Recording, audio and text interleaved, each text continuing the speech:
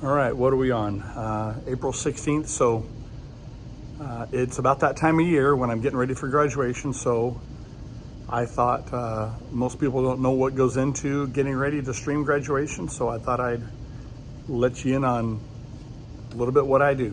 Here we go. So first of all, we are going to put the cameras out on the football field, and we need a way to get the camera feed to our TriCaster to stream. So the way this works, we take the HDMI out of the camera. So it goes out of the camera into this little device here, Spark. So it goes in here, and the Spark takes it from the HDMI in and connects it to the network. And that's just goes on to the school network. And it only works within our school. But anyway, so this device will be with the camera. We are in the process of trying to get batteries for these because otherwise we will need a power cord going to each camera. And since we're scattered all over the football field, that is a nightmare. Batteries would be great. The cameras have batteries that last about 8 hours. I'm not worried about those. And then, so I've got 4 cameras being tested right now. So there's one there. There's one over here in the corner. It's kind of hard to see because it's dark. And they each have a Spark hook up to them and feeding a signal. There's one more right over there. And I've got another one somewhere in there. And then I've got them all feeding into the TriCaster here. And the TriCaster is going to stay in the studio. But anyway, we basically go to the TriCaster here and I pick, let's see if I can do that. If I click that little gearbox, choose the input, and I can pick each one of my Sparks, and they're there. And then I mix them. I'm going to have to set up a layout first. And I'm not sure we're not going to do the 4x4, but that's just so I can see everything here. And we will test stream. I think I've got a stream key set in there, but we will also record just in case. And I can actually, well, let me not start recording now, but I can set how many I'm going to record. For example, I can record that mix of 4. And at the same time, I think I can record 3 other streams. So I can record input 1, 2, 3. I don't know if I can record 4 at the same time, but they're going to go to different discs. So you'll see that like input 1 is going to go to the E drive, input 2 is going to go to the D drive, and then 3 is going to go back to the E, and 4 is going to go back to the D. I don't know. That would be recording 5 different things at the same time.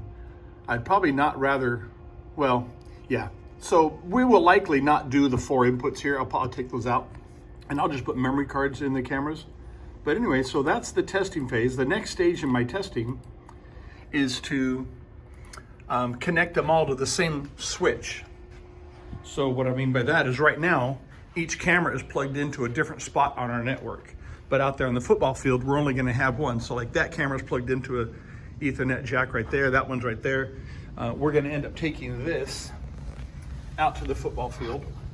And this is gonna sit at the center table, and we're going to have Ethernet cables going to each of the 4 cameras, and then one to the laptop. And good thing, I think I have 8, so I'll need 1 input, and that leaves me 7 for the 5 devices I need. Anyway, and that doesn't even count the communications, so we'll talk more about that later. Okay, so my next step is I am trying to decide if I want to stick with the 4 camera shoot that we usually do, which is kind of like this, which is more like this here, and